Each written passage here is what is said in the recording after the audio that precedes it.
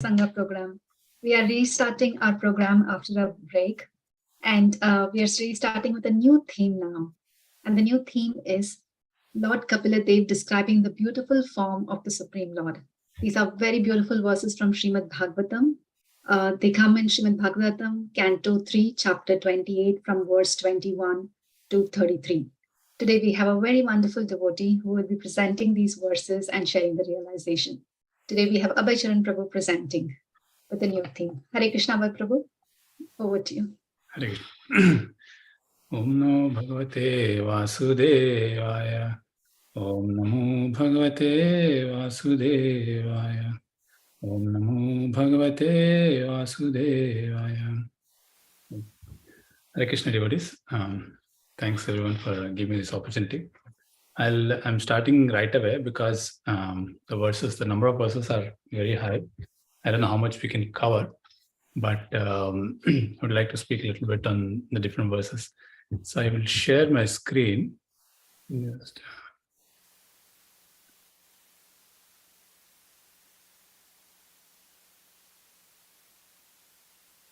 Yeah, do you see the presentation? Prabhu, yes, we see the other mode and we see your notes also. Okay. So, I think it's a different screen you have to share.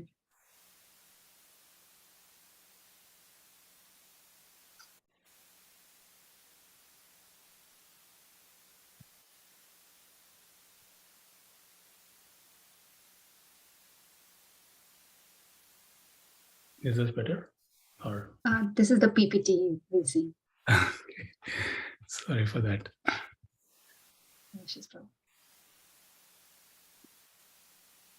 So I think this should be the one.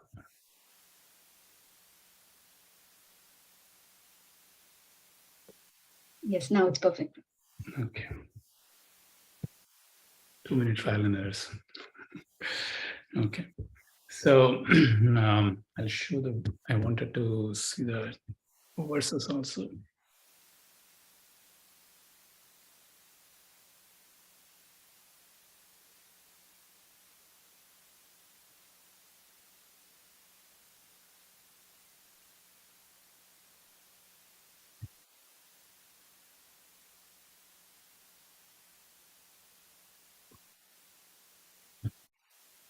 Okay.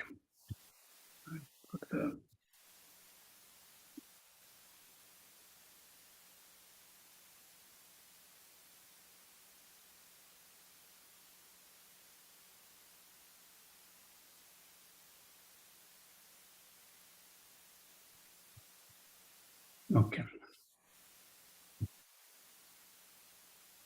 So in this chapter actually, or in this section of the Bhagavatam, Lord Kapila Dev is actually teaching his mother Devahuti.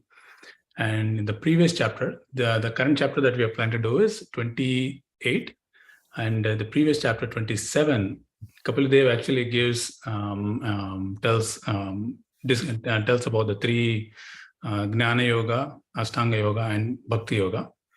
And in this chapter, he is actually giving a more elaborate on yoga system. How do we meditate on the Lord, and what do we? How does a yogi meditate?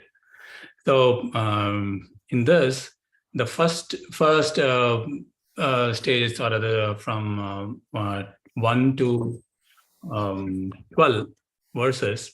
He's talking about the limbs of the different limbs of the Ashtanga Yoga, which is Yama, Niyama, Asana, Pratyahara, Pranayama, Pratyahara, Dhyana, Dharana, Dhyana, Samadhi, and then Samadhi. So 8 limbs of the Ashtanga Yoga he gives, and he gives a brief description of that.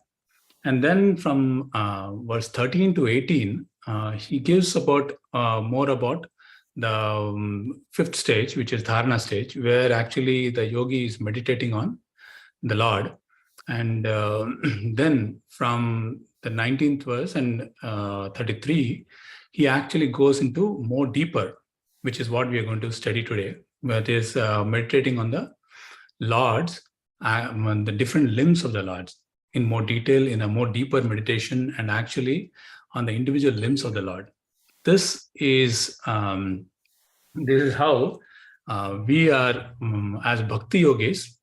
We also do that. We also meditate on that. In this, for example, in the dhyana stage, which is one but the last before samadhi, the 7th stage, what yogis are doing is actually they're actually meditating on the Lord, on the form of the Lord, on the different limbs of the Lord, different angas of the Lord. So that is in the dhyana stage. But for a bhakta or for a devotee, one who is following in the bhakti yoga part, bhakti yoga, he is actually doing this in the 3rd stage itself. Mr. Prabhupada in his purport actually compares that what a yogi is meditating on the Lord in his 7th stage, which is one of the highest stages, which is called the dhyana stage. Bhakta yogi, bhakta devotee of the Lord, in doing following bhakti yogi, he is actually doing in the smaram stage, smaranam itself, which is in just the 3rd stage itself. So we'll talk about this meditation of the different limbs of the Lord as a bhakti yogi and as a devotee who is trying to meditate. So the first, of course, a devotee will always start with the lotus feet. We always look from the lotus feet. Say, I don't know how much. So, Sanchintayed Bhagavatas Charanarvindam Vajrakunchadvaja Saroruhalanchanadhyam Uttungarakta Vilasannaka Chakravala Jyotisna Virahata Mahadrinankara Andharam. So in this, the Lord actually is saying what we should meditate on. We first meditate on the Lord's lotus feet, which has all the different symbols on the lotus feet of the Lord. Here, the verse gives us thunderbolt, gourd, a banner, and a lotus on the different feet of the Lord. And in fact, that's how we can differentiate. How do we know if the Lord is come? The Lord's feet will actually have this. If we remember in the 10th canto, when in the 10th canto, the slokas, it talks about when Lord Krishna has been taken from to Mathura. So he actually, Lord's lotus feet touching on the ground, it gives all the symbols on the floor, on the Vrindavan. And that is what devotees meditate upon. So this thunderbolt, these are the symbols of the Lord's feet actually. So the more we can meditate on the Lord's feet, then that will dispel our actual andhakaram, as here it's mentioned in the slokam. Ahad mahad dra andhakaram. So all the andhakaram or the heart is like a dark well where it is full of sinful activities. But just by meditating on the Lord, on the toenails of the Lord, the rays from the toenails of the Lord actually will mitigate those that andhakaram. Or the splendor of the Lord, toenails of the Lord will actually mitigate the andhakaram in our heart. So we meditate on the Lord's lotus feet. So if we, just for comparison's sake, if we remember, Lord's lotus feet is compared to the first canto of the Lord, Bhagavatam. So that's one way, another way of meditating. In fact, if we can hear from Bhagavatam, that is also meditation from the meditation on the Lord's lotus feet. And the first canto is the Lord's lotus, first and second cantos. So, and this form of the Lord is not just imagination. It is not something that someone made up. Okay, let's imagine the Lord as a form. So Srila Prabhupada actually talks about the impersonal Mayavadis, impersonalists or Mayavadis, who are thinking that Lord doesn't have a form, he's just an impersonal form. And when he wants to take a form, or if we want to meditate on something, since we cannot meditate on void, we take a form. No, here Bhagavatam clearly gives us that the impersonal aspect is just one aspect of the Lord. So we can meditate on the lotus feet, and it gives the yogi the mood in which he has to meditate. So we'll go to the next verse. Yakchau chanihista sare pravazo dakena tirtena mudan tadikarinta shivo bhut dhyatur manashamala shaila nistre vajram dhyaye chiram bhagavatas charanara vindam. The blessed Lord Shiva, who himself, probably just go the explanation without going the translation in the interest of time. Lord Shiva, who he is most auspicious, becomes even more auspicious just by taking the holy water which is washed by the lotus feet of the Lord. So Ganga river is nothing but, okay, let me, you're all able to see? Yes. Yeah, okay, thank you. So Ganga is the water washed by when Brahma washes the feet of the Lord, then that water flows down from the spiritual world down to the material world, and then it actually, Lord Shiva takes that water on his head and he becomes even more blessed. So if Lord Shiva can get more blessed, what to talk about us? So the water, generally when we say water washed by the feet and the feet of the Lord, means, or rather when we wash someone's feet, that water actually becomes dirty. But when that Lord, when the water is washing the lotus feet of the Lord, that water is so blessed that it becomes Ganga, and it actually purifies Lord Shiva himself. So we can meditate on that. A yogi should meditate upon that, and then that way we can become purified.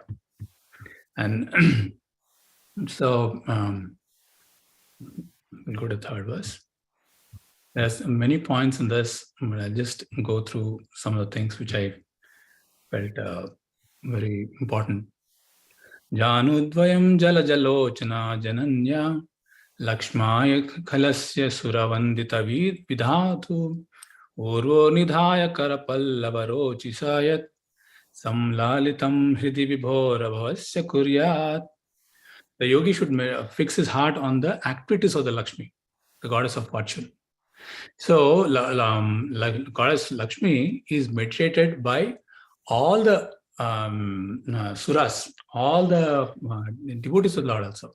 And in fact, everyone is looking for a glance from her. And who is actually, just by her glance, one becomes, if people want money, they worship Lord Lakshmi, for example. So they, if everyone is worshipping Lord Lakshmi and Lakshmi Devi, and she herself is massaging the legs and thighs of the transcendental Lord. So by Lakshmi Devi is so worshipped even by the demigods. She is like mother. Lord Krishna is the father, and Lord Vishnu is the father, and Lakshmi Devi is like the mother. So, and she herself is massaging the feet of the Lord, the legs and the thighs. So we should be meditating on the legs and thighs of the transcendental Lord, and because such is the glories of the Lord's lotus legs and thighs. So another explanation Srila Prabhupada gives in the purpose is for us to meditate in the Kali Yuga is actually very difficult, because if we look at the form of the Lord, the form of the Lord is when it comes in the heart, and if we can meditate on that, then immediately we get purified. But at the same time, At the same time, when we our mind is so agitated in the Kali Yuga that that immediately, instead of Lord's form, some other form will come in our mind. So that's why sometimes it's difficult for a devotee in this Kali Yuga to follow. So that is why it is said that Lord's Kirtana, or hearing Bhagavatam, or reading Bhagavatam, these are the activities which actually engage our different senses. Just like if we are hearing in a class, whether we like it or not, we can actually try to concentrate on in the class. So that kirtana, or doing kirtan, when we're doing kirtan, we can do kirtan for a long time. But sitting in one place and meditating and closing our eyes and concentrating on the tip of the nose and trying to meditate on the Lord, sometimes it's very difficult, and probably most of us will even sleep. So because of that, for us, doing kirtana or hearing the pastimes of the Lord or hearing the glories of the Lord actually will help us meditate on the Lord. So that is the same as meditating on the form of the Lord. Next verse. Uru Suparna Bhujayo Radhi Shobhamano Ojha Nidhi. Sorry, I'll go to the next presentation. This is Lord Lakshmi Devi actually massaging the feet of the Lord. Vyalam Vipita Varavasasi Vartamana Kanchi Kalapa Pariram Vinitham Bapimbam. The yogi should next meditate on the lotus thighs of the Lord, which is mentioned as the storehouse of all the energy. So the Lord actually is carried by Garuda. And the thighs, and when we see the form of the Lord in the form of sitting on the Garuda, a yogi should, if he contemplates that, then that again is purifying us, and it gives us great strength, and not just bodily strength, but great spiritual strength. We'll go to the next.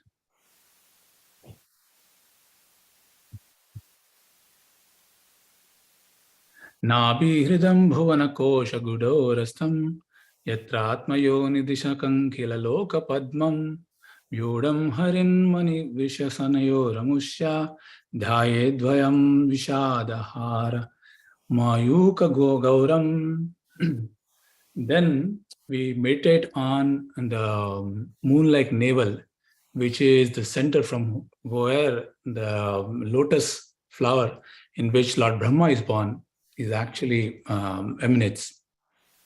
So the lotus is the residence of Brahma.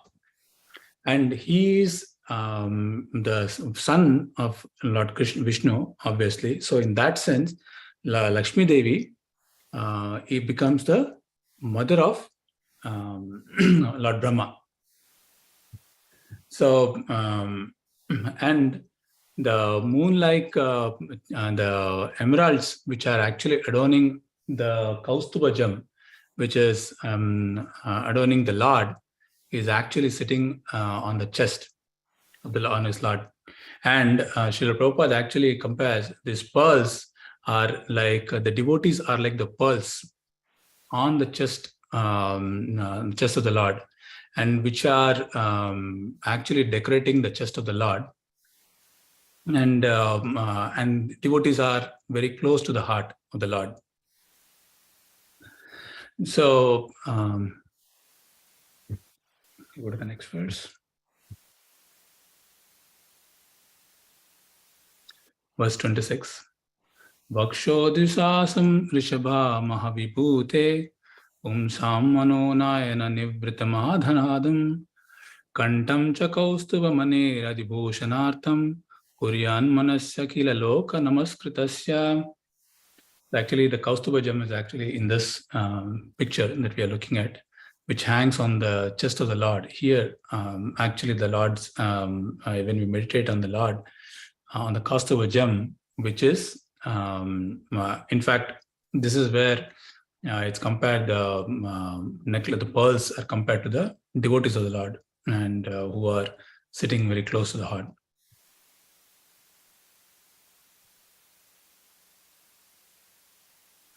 So, Bahum Chamandara Gire Parivartanena Nirnika Bahuvalayan Adikulokapalan Sanchayata Shataram Ashaya Teja Sankyam Chatatkara Sarora Rajahamsam.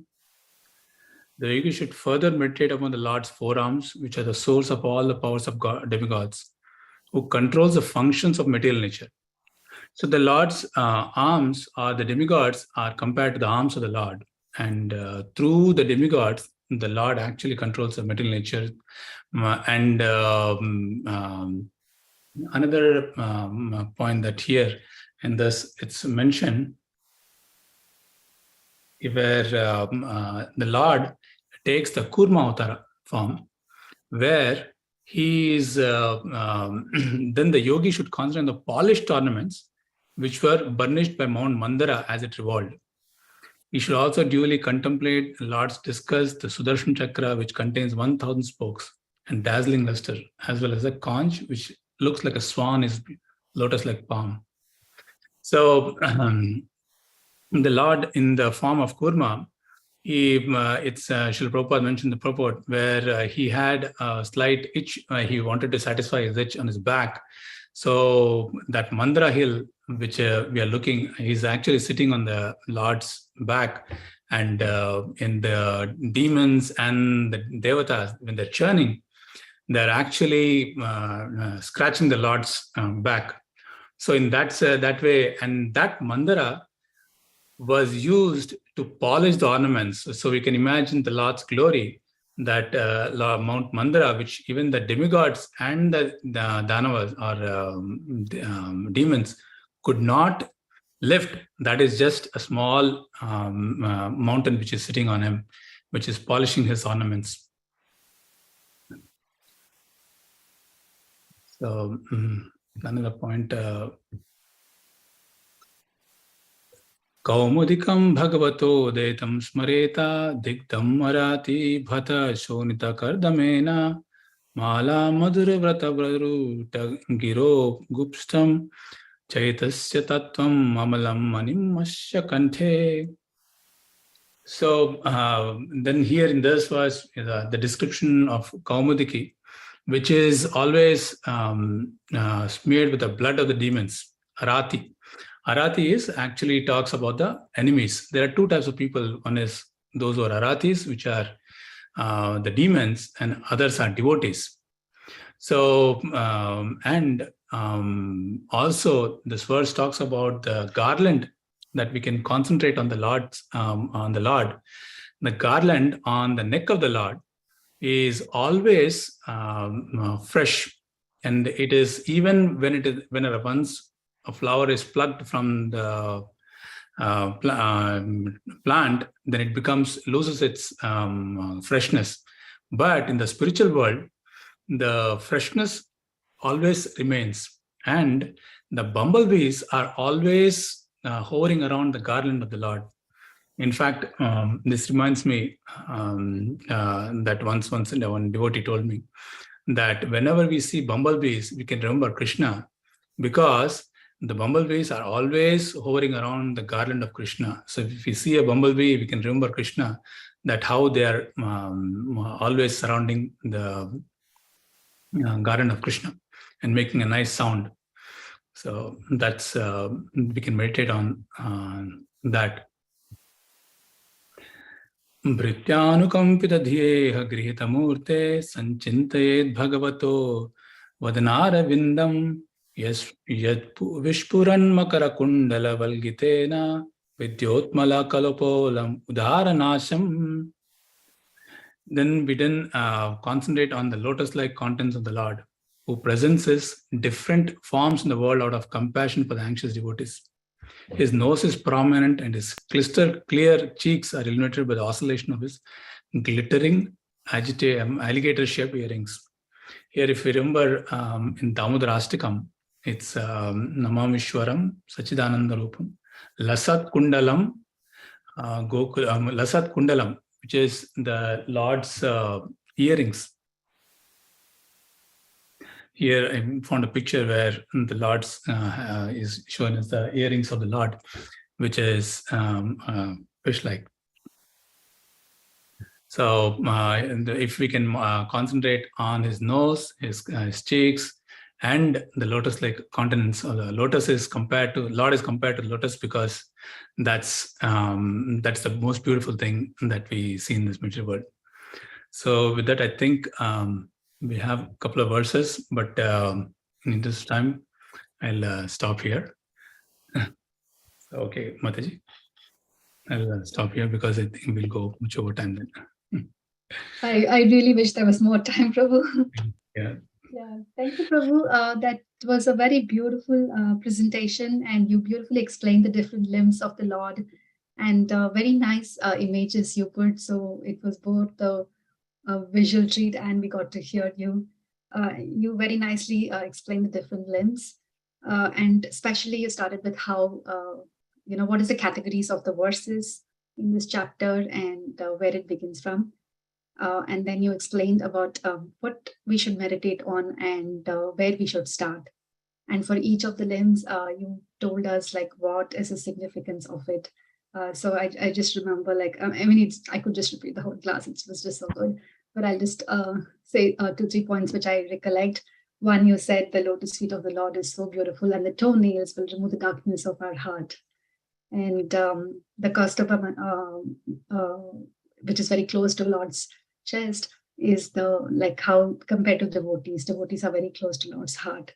So that was a very beautiful comparison done by Srila Prabhupada. And also thanks for sharing the realization about the bumblebees. So next time we look at the bumblebees, we are also going to think that they are hovering around the garland of the Supreme Lord. So very beautiful presentation, Prabhu. These are very beautiful verses, and it's a great start for our new theme of BhagavatSanga. Thank you so much, Prabhu. With that, devotees, thank you all for joining the BhagavatSanga program today.